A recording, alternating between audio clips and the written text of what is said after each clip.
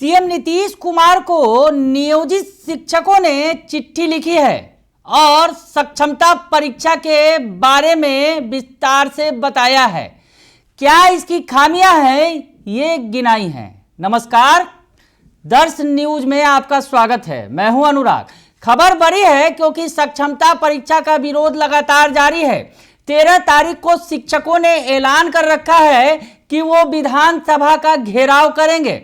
जी हां, विधानसभा के घेराव के लिए तमाम शिक्षक संघ जो है वो एकजुट हो रहे हैं। वैसे में तमाम संघों की तरफ से अलग अलग भी कवायद की जा रही है, शिक्षकों को एकजुट किया जा रहा है। दूसरी तरफ हालांकि सरकार की तरफ से, शिक्षा विभाग की तरफ से ये कोशिश की जा रही है कि ये शिक्षक एकजुट न हो, पटना न पहुंचे। इसके लिए कार्रवाई की भी जो है ऐलान कर दिया गया है, या यूं कहें कि कार्रवाई के लिए भी शिक्षा विभाग तैयार है। आदेश जारी कर दिया गया है विभाग की तरफ से कि जो शिक्षक प्रदर्शन करेंगे उनके खिलाफ कार्रवाई की जाएगी।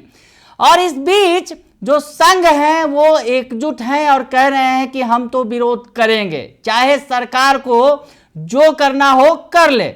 ऐसे में जो बंशीधर ब्रजवासी हैं, परिवर्तनकारी प्रारंभिक शिक्षक संघ के अध्यक्ष हैं, उन्होंने चिट्ठी लिखी है सीएम नीतीश कुमार के नाम, और तमाम अधिकारियों को भी ये चिट्ठी भेजी गई है, डिप्टी सीएम को भी भेजी गई है, और बताया गया है कि किस तरह से शिक्षकों के साथ अन्याय हो रहा है। नियोजित शिक्षकों के साथ अन्याय जो हो रहा है उसका वर्णन इस चिट्ठी में किया गया है।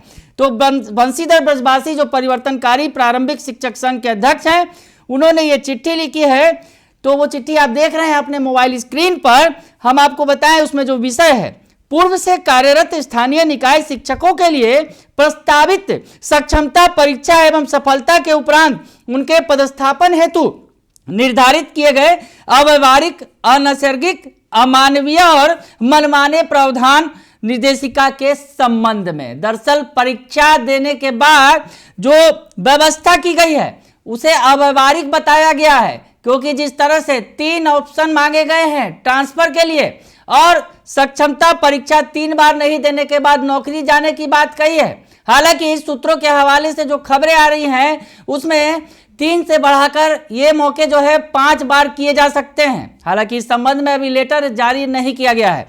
हम आपको बताएं तो इस संबंध में जो शिक्षकों की तरफ से, नियोजित शिक्षकों के संघ की तरफ से जो कुछ लिखा गया है उसका फलाफल यह है कि राज्य सरकार द्वारा नए अभ्यर्थियों के लिए बिहार राज्य विद्यालय अध्यापक नियमावली 2023 अधिसूचित करते हुए बड़े पैमाने पर नियुक्ति की गई है। शेष पदों पर नियुक्ति की कार्रवाई प्रक्रियाधीन है।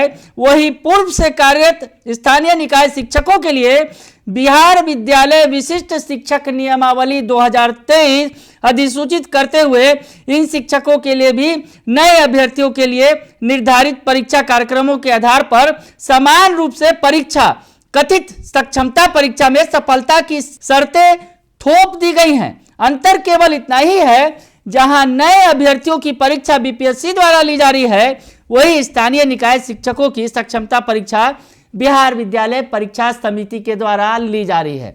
तो ये तमाम बातें लेटर में कही गई हैं।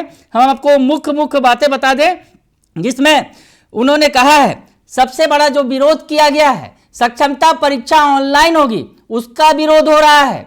और साफ तौर पर शिक्षकों का कहना है कि जिस तरह से शिक्षकों से ऑनलाइन परीक्षा ली जा रही है, इसमें कई सारे वैसे नियोजित शिक्षक हैं जो अब रिटायरमेंट की एज पर पहुंच गए हैं। वैसे में वो ऑनलाइन परीक्षा क्या देंगे जिन्होंने कभी कंप्यूटर तक का इस्तेमाल नहीं किया। बड़ा सवाल ऑनलाइन परीक्षा पर ही उठाया जा रहा है।